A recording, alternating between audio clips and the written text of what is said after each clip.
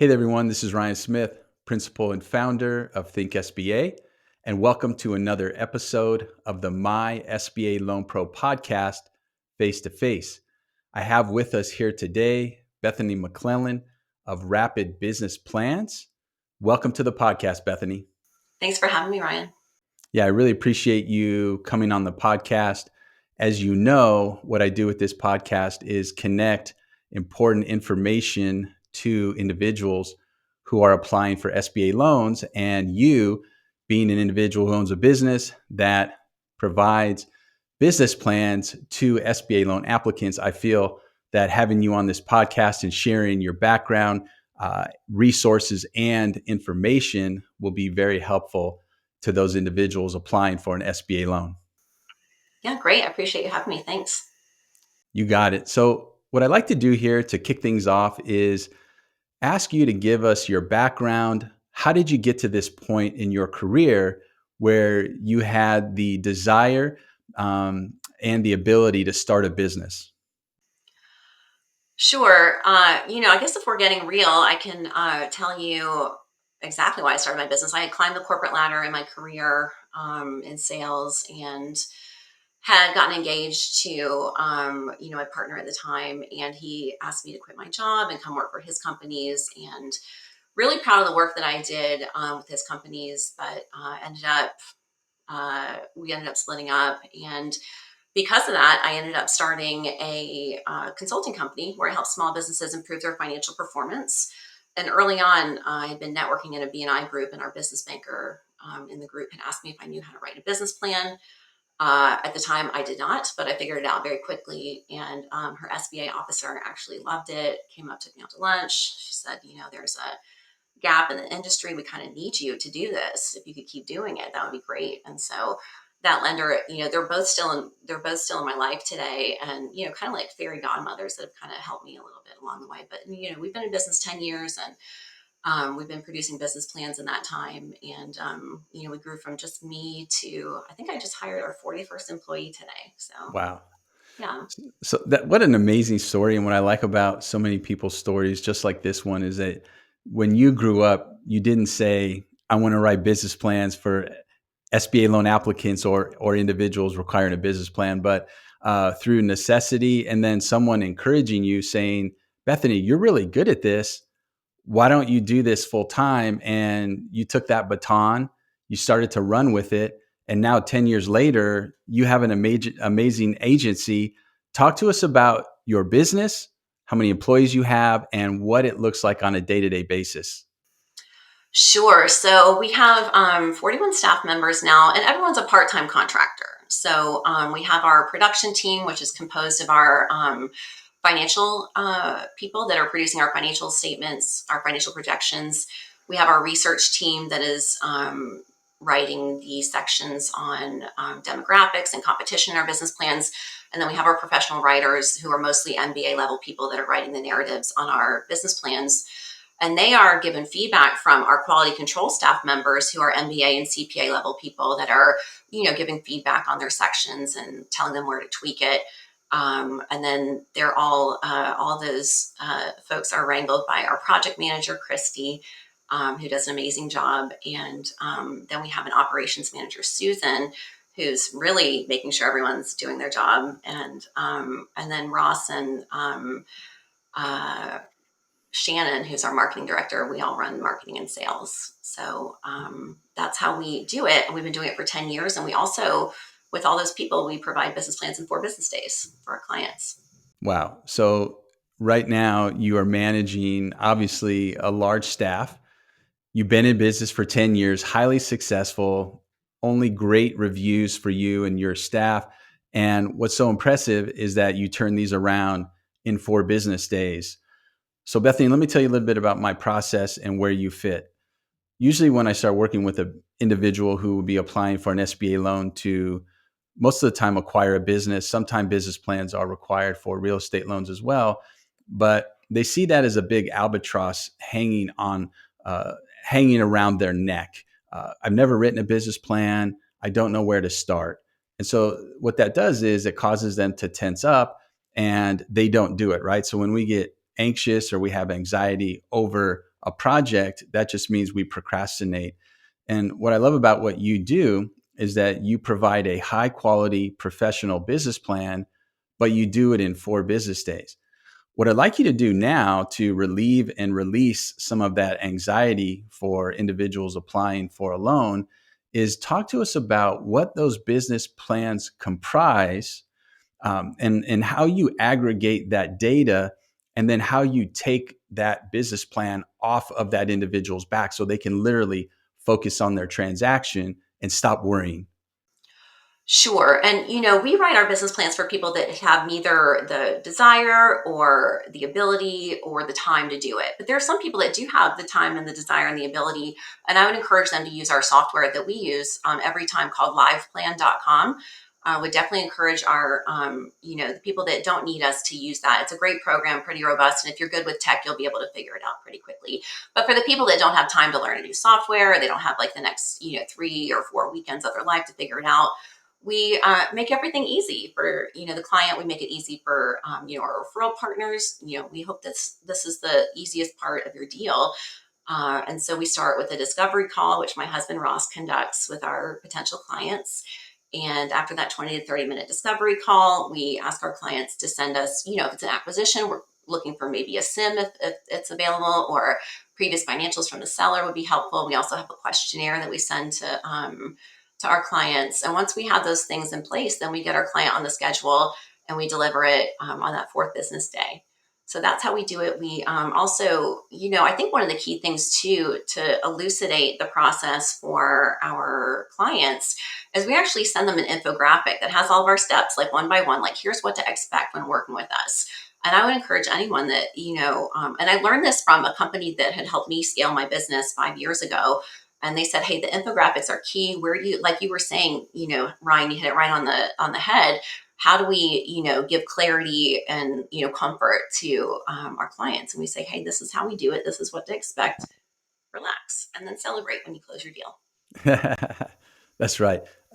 When you engage with a client, give them information on what they're going to help you with, right? Because this isn't a one-sided deal. Again, you're going to be collecting information from them. Can you walk us through what types of information will you need from them? What type of documentation will you need from them that it will be helpful to allow you to prepare this business plan? Sure. Well, we need to know, like for, you work with a lot of acquisitions. We need to know, why is this deal happening now? Why is the seller selling and why is the buyer buying? That's kind of crucial to some of the things that we need to know. We also need to know, how the business makes money. I mean, there are several industries that we know already how they make money, but just fill in the details, like with hotels. What is your average daily rate? What is your seasonality? Help us with that. We can also look at the previous financials and help discern some of that as well. But the documentation that we're looking for includes, in the case of an acquisition, we're looking for, if there's a business broker and there's a SIM, we would love to see that. The seller has provided financials. Those are things that we want to see. If there's a pitch deck, we would love to see that as well for our startup clients that we work with. We just want to see the same documentation that, short of tax returns that the bank is going to want to see. And from there, we formulate our, financial projections with the written assumptions. But also, if, like I was saying before, if it's a company where we don't know, tell us how you're making money, tell us what you charge, things like that. And that helps us build out the revenue side of the financials.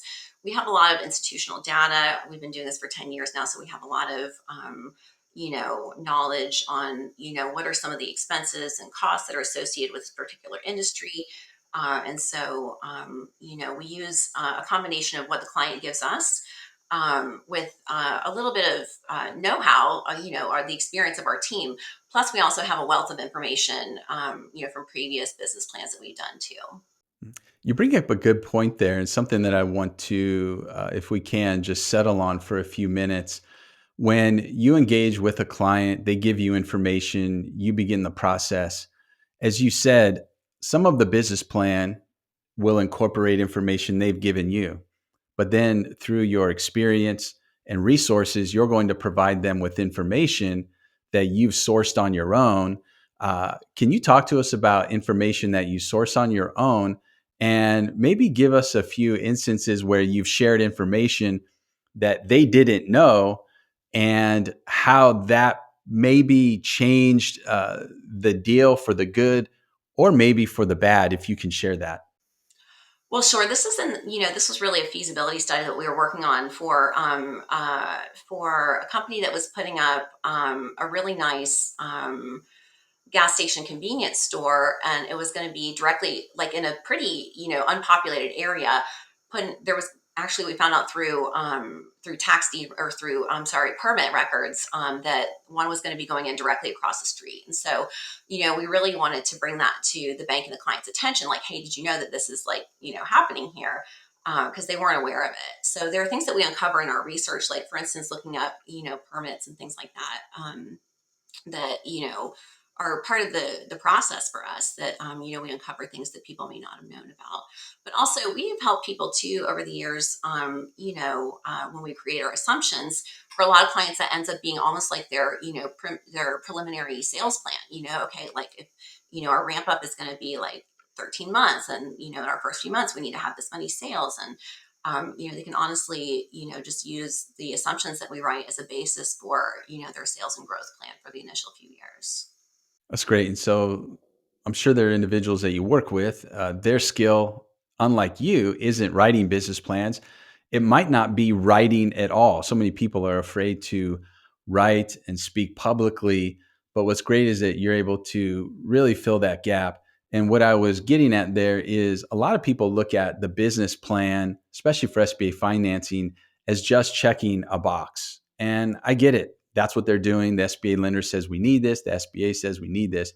But what you just articulated is that there's actually real information there.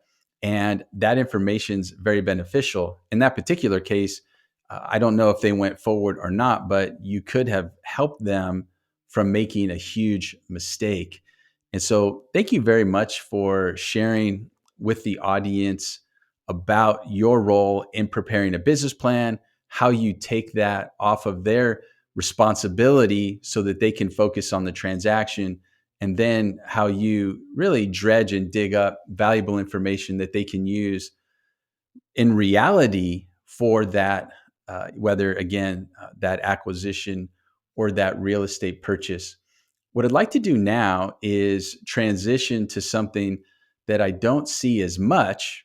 And you mentioned feasibility studies, but I do work with some clients, and yes, they are in the gas station C-store industry, who, before they ever start a new project, will conduct and hire someone to do a feasibility study. Can you do similarly what you did for the business plan? Break down for us the validity of a feasibility study, how you prepare and compile that feasibility study, and the value to the end user. Sure. Well, our feasibility studies are, intended to be a credentialed assessment that tells, the bank and the borrower, whether the bank, with our credentialed assessment, do we feel that the borrower is going to make the bank whole in this deal? And so, by the time it gets to us, we only are doing feasibility studies for clients that are doing SBA and USDA. Somebody has done the spreads. They've looked at, the DSCR, and, for the projections that they have already. And, they may really like the deal, but they are checking a box. But here's the thing. I feel like when I started writing business plans 10 years ago, I feel like nobody read them and they were just like checking a box. I really feel like that happened. And then there was kind of a shift about halfway through my business where people started reading the business plans. And I got to be honest, that's about the time I started hiring people. And, that's about the time that our business plans got a lot better too. So, back when I was, initially writing them, there wasn't as much, scrutiny. And now, because there's this, heightened awareness of, defaults and default rates and things like this, it really, like, if a bank is doing, so many millions in business a year, they know their borrowers and they know what's going on. And so, there's been this push to really, let's get all the information we need beforehand. And so with our feasibility studies, it's the same process for us to gather the information from the client about the project. We do a 20 to 30-minute discovery call. We have a questionnaire that's not dissimilar from our business plan questionnaire.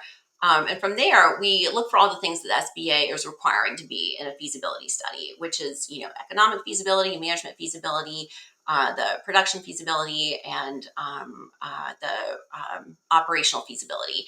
And so these are the things that we're looking at and assessing. We're looking through databases. We are making calls, like in the instance of um, a self-storage, we may be calling around to, all the competitors in the area and finding out, hey, are you on a wait list? Or do you have availability? What units do you have available? Because I need to, we do like secret shops like that just to see how, all the competitors are doing. Sometimes if it's a business to consumer sort of business that we're doing the feasibility study for, we'll be able to, do some surveying and some sampling and find out, the consumer sentiment in that particular area for this particular product. And we have good luck with that. There are just different ways that we validate the information that we're given. Many business to business feasibility studies are affirmed by contracts or written agreements, written commitments to our clients for their product or service. And so with those, with either contracts or with written commitments, we're able to say, hey, we expect them to get this amount of business and retain it and things like this. And then we also point out the areas where, we think there may be some weaknesses as well in a deal if it applies. We don't, it's interesting. I talked to a person at the USDA and they're like, it's just crazy. Like all the feasibility studies say that the project should go on. And I'm like, well, by the time it gets to your desk, nobody's going to put a feasibility study on your desk that says, don't do this project. So, banks need to know this information. That's how they move it along in the process. And we like to, provide that credential assessment. And so the folks that we do have working on that are MBA and CPA level people that are putting this out for us.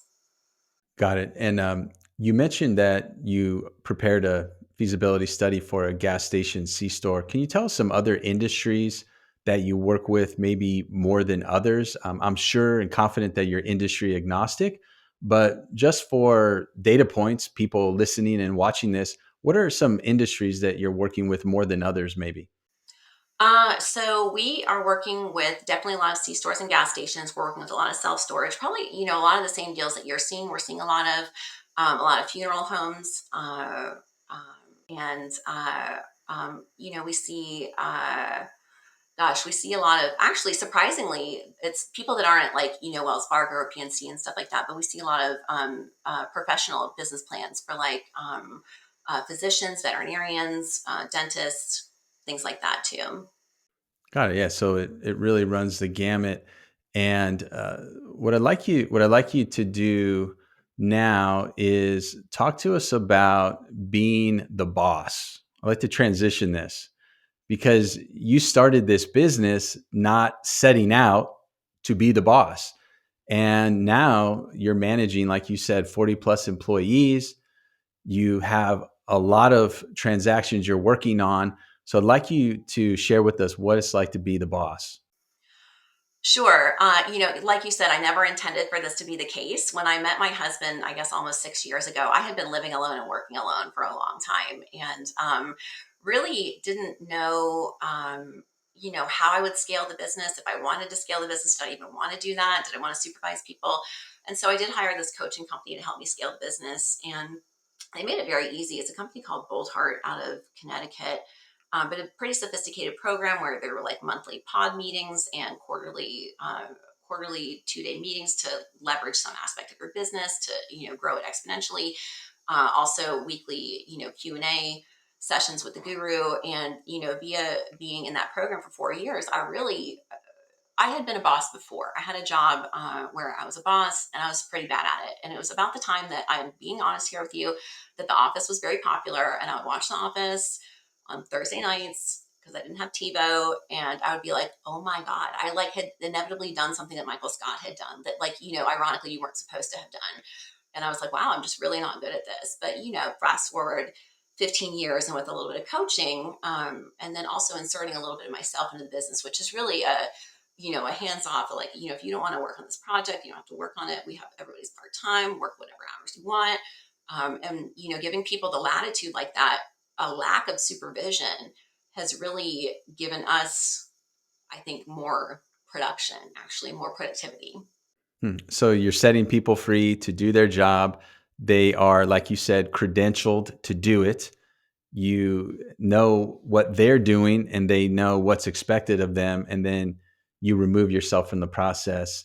And you bring up a good point, just in general, of being a business owner, being the boss, is so much of that is knowing who you are, and also being able to take criticism wherever it might come from, even if it comes from one of the most popular and successful sitcoms in the history of television. So, what kudos to you to have that self awareness to say, hey, I'm doing that. I need to change that. As you grow in this business, where do you see this business going? Well, fortunately, I feel like there's a lot of abundance out there with what I do, and I've only like scratched the surface. I do have a handful of competitors out there, some friendly people that are in opposite parts of the country that are doing things and everything. But I calculated really like the size of this market, and there could be 32 separate companies, I believe, currently with the amount of SBA lending we're doing. There could be 32 separate companies in the same size as mine that are doing this. And, this is a very, comfortable, my small business is, also comfortable living, like the small business owners that you work with, their businesses are comfortable living. So I feel like there's, room for us to grow, many multiples of the size that we are now, while still leaving, much of the market open for, other people to tap into as well. But I really feel like there's just a lot of opportunity out there, and we've only been, I've only really amped up our marketing in the last 5 years for business plans, and so there's just so much more to do. I think many more people to meet. Got it. And how do banks interact with you when you provide them with the business plan? Are they only interacting with their borrower, or are they also interacting with you trying to discuss what's in the business plan? Well, I do want to say that we one of the things that we include in our fee for business plans is coaching on the business plan. So many times, the borrower has had a lot of input in what they've given us, and we're just taking down what they're saying and filling in the rest of the things that we need to do. And many times, we're actually authoring a lot of conceptual things for the client that that we need to educate them about. And so we want the client to be prepared when they're talking to the bank about their business plan, and not just hand it to them and say good luck. But also, we become part of the team with the bank. We have had calls with underwriters, and we talk to the banker, and we will fill in the blanks there. It's important for me that we get the client across the finish line and get their deal done. So we do whatever it takes, and we that coaching session might be an hour, might be 2 hours, however long it takes to get the client comfortable with our numbers and how we came up with them, and any other aspect of the business plan that they may have questions about. But really, it kind of depends on the bank too, who we interact with. A lot of times, the lender is like, the focal point and the funnel for all the information that gets to the bank. Other times, our underwriters want to talk directly to someone on our team. They know what it's going to take to get that deal done, and so they need to tweak something in like year two of the cost of goods sold or something like that.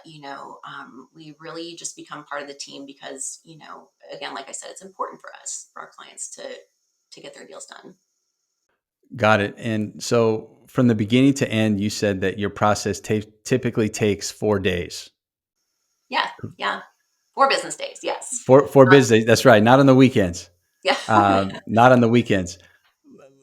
For the audience, I want you to tell them, what does a good client of yours look like? How do they participate with you? How do they answer the phone, emails? And then give us the opposite of that. What are characteristics of individuals that just make it difficult to work with you?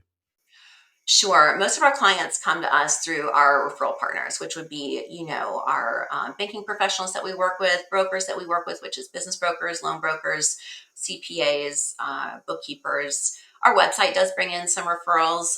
Those are not always the best referrals, but a lot of times we're able to broker those out, which is great. But for our business plans, our clients generally pay us, and many times the bank can count what's paid to us as a project cost, so it can count towards the equity injection. Feasibility studies are kind of mixed. Sometimes it's more important to the bank to understand about this project, and so they will hire us, or the client will hire us, or the client has made a deposit with the bank, and the bank is using the client's money to hire us. And that typically is what one of the three things that would happen with a feasibility study for us. And I should also say that we don't do feasibility studies in 4 days. We do this in 3 weeks. Feasibility studies in 3 weeks, which makes a whole lot of sense because you're digging up a lot of information. And that brings me to my next question, and then we'll wind this down. I'll let you tell everybody how they can contact you. My next question is going to allow you to broaden who are your clients. We focus primarily on right now people who are applying for a loan, but give me an idea of all the different scenarios someone would hire you for your services, whether it's for a business plan or for a feasibility study. Well, thank you for asking that. And I don't want to, give a negative response to your question, but we really have found that we occupy the niche where people need our reports for their SBA or USDA deal. And I guess in many ways, like an estate planning attorney, they feel like everybody should have a will and trust, but they're only dealing with the people who, it's very imperative for them at their whatever stage in life that they have this will and trust.